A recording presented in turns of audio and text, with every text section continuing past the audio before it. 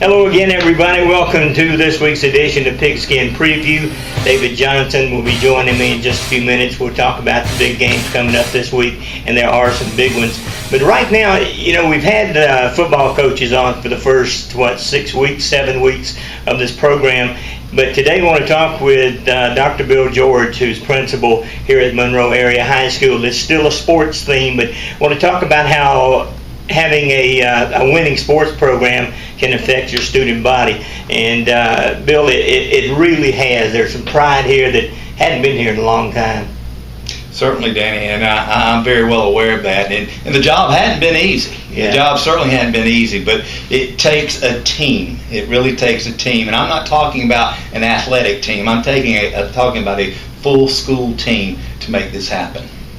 And football, of course, is the money maker. That's where it starts, and we see people now with the Monroe pennants riding up and down the street.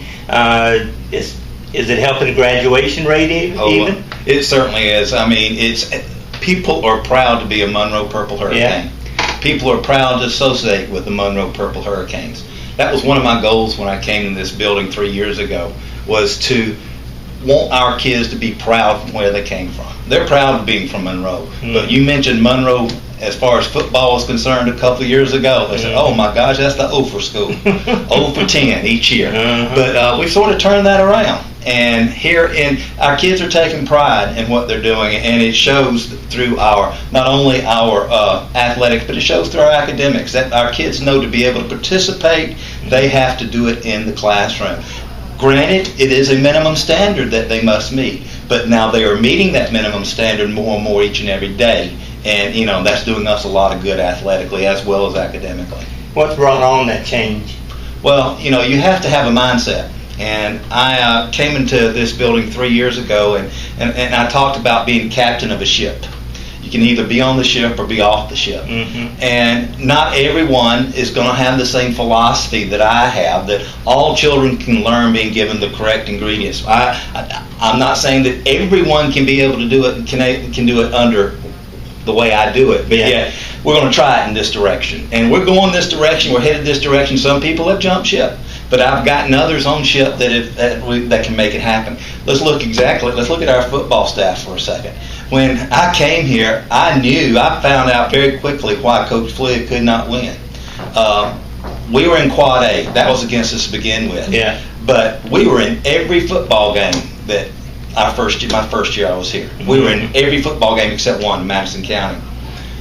After looking back, Coach Fligg didn't have a supportive coaching staff. They weren't all together. You have to have people that you can trust and depend on. Thus, we have brought some fantastic coaches into the school, in addition to what fantastic coaches we already had in the school. We've meshed together, and we're one. We're one. We are one is one of our sayings that we say in athletics. We are one. Thus, that gives Coach Fligg the opportunity to do his expertise, work his offense, as opposed to having to work backs and defensive backs and linebackers and defensive line. So, and that also trickles down. So that has helped us tremendously, bringing in Chad Estes, bringing in Lee Carter, already having David Keys, already having Mike Townsend, Jeremy Holder has done a wonderful job. So we've got some really, really strong football coaches on staff. And you can tell Dr. George is a former football coach himself. I've written a couple of columns about this over the years. It used to be Monroe area was not exactly on everybody's wish list as far as being on a coaching staff. That's changed now. Yes, sir, it has. We have people calling us all the time wanting to know if we'll have an opening.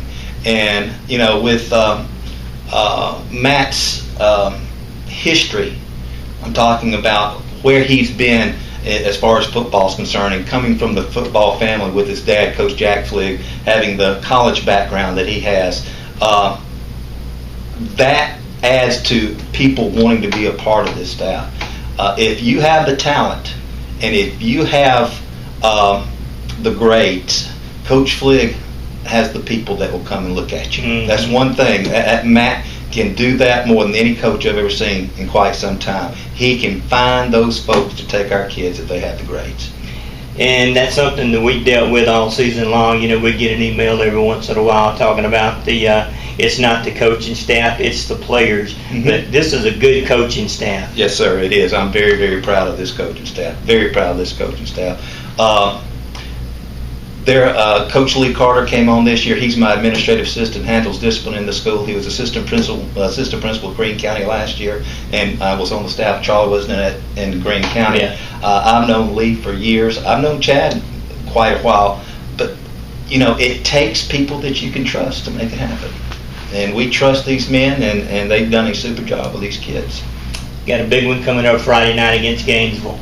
We do. We have a big game. Coach Miller, he's an excellent coach at Gainesville Red Elephants. I know we're the game of the week for our local radio station. I know Jim Stalvey is sponsoring that as they go up to Gainesville.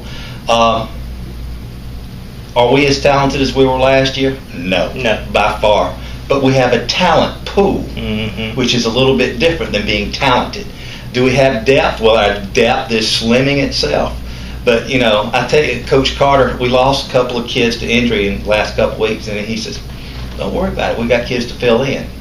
So that means, and that shows me that kids are being taught, and they're taking in what's being taught on that field. That we got coaches that are coaching their expertise there on the field and making it happen. Yes, we get upset when we lose a kid, but we also know if we train every kid for what they're supposed to do, we're going to have somebody there to take their place. We don't have the talent, but we have the talent pool. You know, I told you once before, this has shocked me.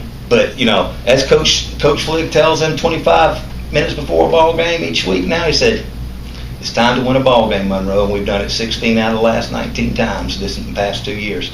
And we're going up to Gainesville to make it 17. I know we're running out of time, but one more thing we wanted to talk about. You were under a lot of pressure a couple of years ago.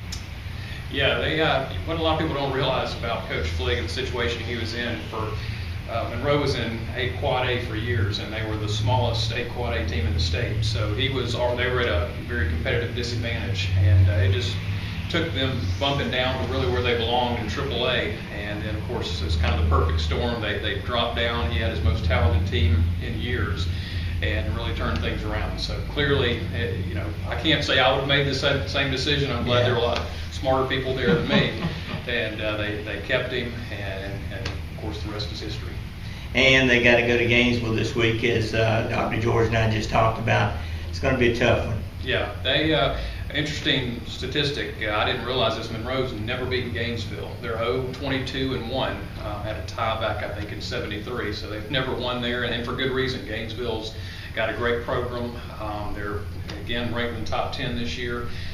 Not as much hype this year for this game as there was last year. Of course, last year the Merchants painted the town purple. They were calling for a blackout. Both teams were ranked in the top 10. A lot of hype, considered one of the biggest games in Monroe history last year. Everybody had a good time until the game started, and then of course, when Gainesville hung 49 points on what was Monroe's best defense in the school history. Can't see it being a whole lot different this year. Monroe's not nearly as strong. They've been decimated by injuries, and Gainesville's Gainesville again. They're again ranked in the top 10. And the stakes are the same for this year's game. The winner is going to have inside track, probably going to win the sub-region, take first place in the sub-region, which of course you get that automatic berth in the playoffs. So still a big game, just not quite the hype as we had last year. All right, Loganville, after getting out with a win over Cedar Shoals last week, goes against the winless Wandabera team, who is threatening to rival Monroe area in consecutive losses. Yeah. They, after losing the Heritage last week, of course, now they've got 20 straight losses. In fact, it's interesting. The last time they won was back in 2009 when they beat Monroe. Back when Monroe was struggling, going through its own 20-game losing skid. But this is a game Loganville should win. They should be able to take care of. The only danger here, this could be one of those trap games. They're looking ahead to Flowery Branch next week and kind of a do-or-die game for their season. So that's the only problem here. If Loganville happens to look past Wandabera, you never know what could happen. But they should be able to take care of business and then head into next week where they go on the road and face the third-ranked team in the state. So playing Flowery Branch, not a good team for Dewar to have. No.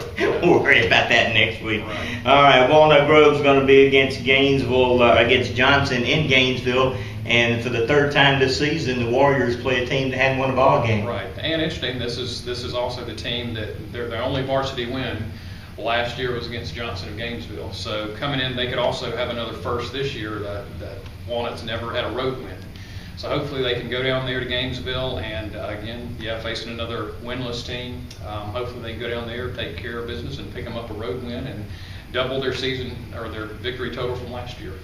George Walton, of course, lost that big one against Prince Avenue last week, but they can't afford to let down. They're still playing for a home game in the playoffs. Right, and this one, of course, this one's a non-region game. They step out of their region this week, go over to Cross Keys. A really meaningless game other than just trying to get back on the winning track, trying to get some confidence back. This really should be a very good game. Cross Keys is a very good program, very good team. So you're probably going to be playing this in front of maybe 100 fans at most, and most of those will probably be from George Walton. This is probably not going to be a very good game. You hope it's not for George Walton's sake. And then after this, they can get back in their region schedule, hopefully finish out with, go ahead and win out and at least get second place in the league, which of course gives you a playoff berth and a home game in the first round.